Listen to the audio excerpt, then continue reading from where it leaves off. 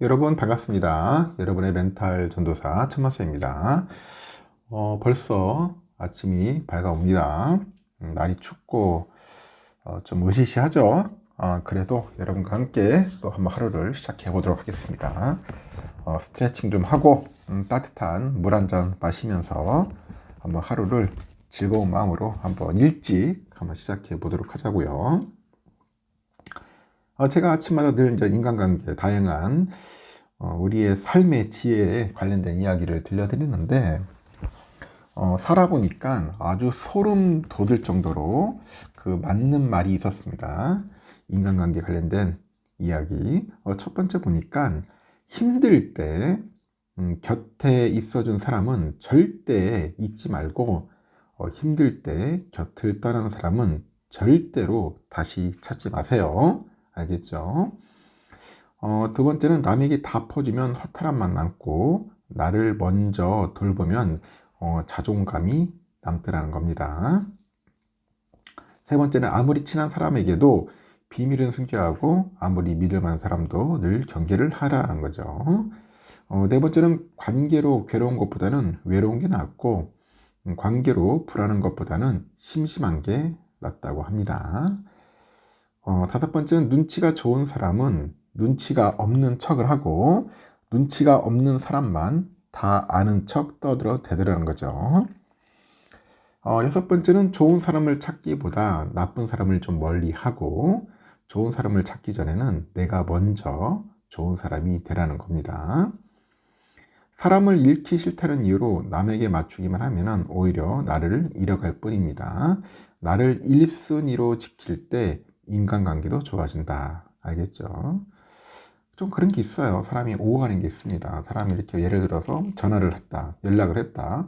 그러면 보고 연락을 주는 게 맞는 건데, 보면 요즘은 뭐 쌩 까는 사람도 많고, 좀 그래요. 좀 예의 없는 사람들이 많아. 그리고 예를 들어서 뭐 톡이나 메시지 보내면은 읽기만 하고 답장이 없어. 없어요. 그렇게 진짜 무례한 사람들이 좀 많더라는 거죠. 아무리 가까운 사람이라도 그런 식으로 살면 안 됩니다. 여러분 절대로 항상 예의 있게 살아야지. 꼭 요즘 보면 나이 먹으나 적으나 다 그래. 왜 그런지 모르겠어. 기본적인 예의를 지켜야 하는 사람들이 많았는데 그렇지 않은 사람들이 너무나 많습니다. 여러분도 보시고 그런 사람들이 많이 있으면은 걸러내십시오. 그게 오히려 인생에 도움이 될 수도 있습니다. 보겠습니다. 삼성에 관련된 이야기들이 있는데 글로벌 폴더블 점유율이 64%, 2위와 격차를 더 벌리면서 독주를 하고 있더라. 카운터포인트 리서치 보고서에 보니까 삼성전자가 3분기 폴더블이죠. 그 휴대전화 출하량 점유율에서 64%를 기록을 했습니다. 그리고 전년 동기 대비 8% 정도 끌어올렸고 삼성은 지난해 3분기 점유율 56%로 2위인 화웨이하고 41%포인트 차이를 보였는데 올해는 그 격차가 한 49% 정도 더 벌어졌다고 하네요. 올해 3분기 점유율 3등이 모토로라 7%, 4등은 아너 6%, 5등은 비보 4%, 6등 샤오미 2%입니다.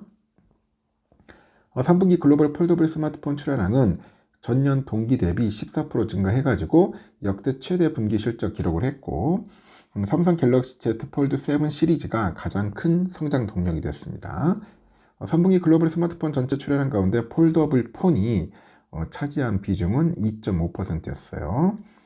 카운터포인트 리서치 관계자가 삼성의 첫 트라이폴드 모델은 극히 제한된 수량으로 출시되겠지만은 이는 규모 확대가 목표가 아니기 때문이라면서 내년에 애플의 시장 진출로 경쟁 구도가 크게 바뀌는 상황에서 삼성은 트라이폴드 모델을 통해서 다중 접힘 그런 기술의 리더십을 더욱더 공고히 하지 않겠나 그렇게 전망을 하고 있습니다.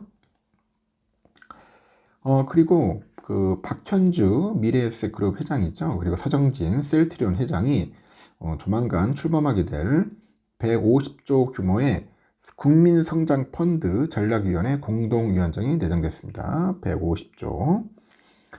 금융위원회는 민간협력자문기관인 국민성장펀드 전략위원회를 출범시키고 여기에 2억 원 금융위원장, 참 이름 재밌네요. 2억 원.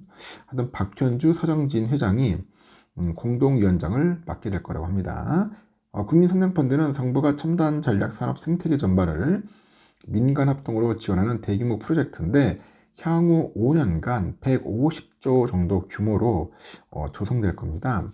공공기금 75조 원, 민간 연기금 금융회사 국민 75조 원으로 각각 구성하고 투자 대상은 AI, 반도체, 바이오, 백신, 방산, 로봇 수소, 2차전지, 디스플레이, 미래차 등 10개 첨단 산업과 밸류 체인을 망라합니다. 박현주 회장은 최근에 미래에셋증권이 금융당국으로부터 국내 제1호 IMA 사업자 인가를 따내서 사례에서 보듯 우리나라 자본시장에서 입지전지적이라는 성공신화를 써온 인물로 평가를 받더라고요.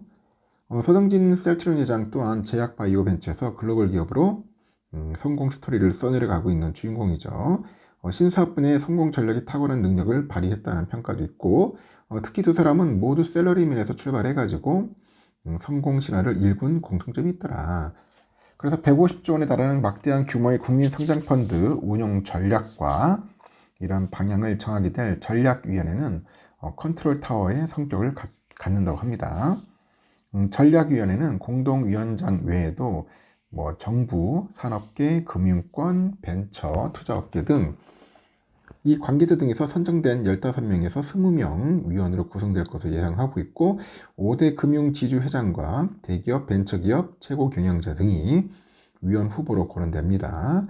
한편 전략위원회의 그 출범에 앞서서 이미 국민성장펀드를 기반으로 해서 미래혁신 신기술 분야에 대한 투자는 그 투자 논의는 시동이 걸린 상태라고 합니다.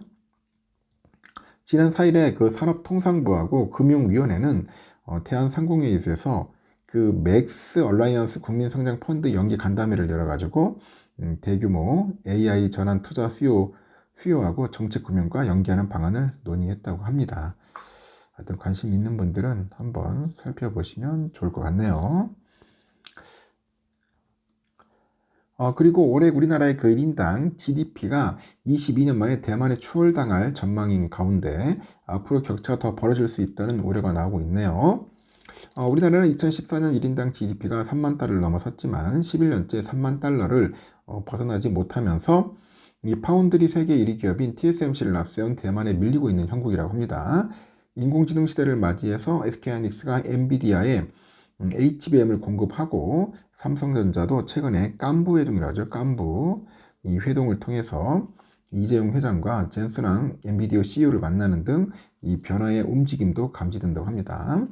그런데 일각에서는 1,500원에 육박하고 있는 원달러 환율이 고착화돼서 뉴 노멀로 굳어질 경우 이재명 대통령이 대선 후보 시절 공약한 1인당 GDP 5만 달러 시대 달성이 어려워질 수 있다는 그런 비관적 전망도 있다는 겁니다. 그래서 그 정부와 대만 통계청 등에 따르니까 올해 한국의 1인당 GDP는 37,430달러네요. 대만에 못 미칠 전망이고 이 전망대로면 한국은 지난 2003년 15,211달러로 대만을 추월한 후에 22년 만에 올해 1인당 GDP를 역전당하게 된다고 하니까 한번 참고하시면 좋을 것 같네요. 하여튼 구체적인 내용은 나중에 제가 한번 추가로 한번 전달토록 하겠습니다. 하여튼 환율이 문제다. 지금 환율이 지금 1,500원도 갈 수 있다. 그런 이야기도 있네요. 여기까지 하겠습니다. 감기 조심하시고 즐거운 일요일 보내십시오.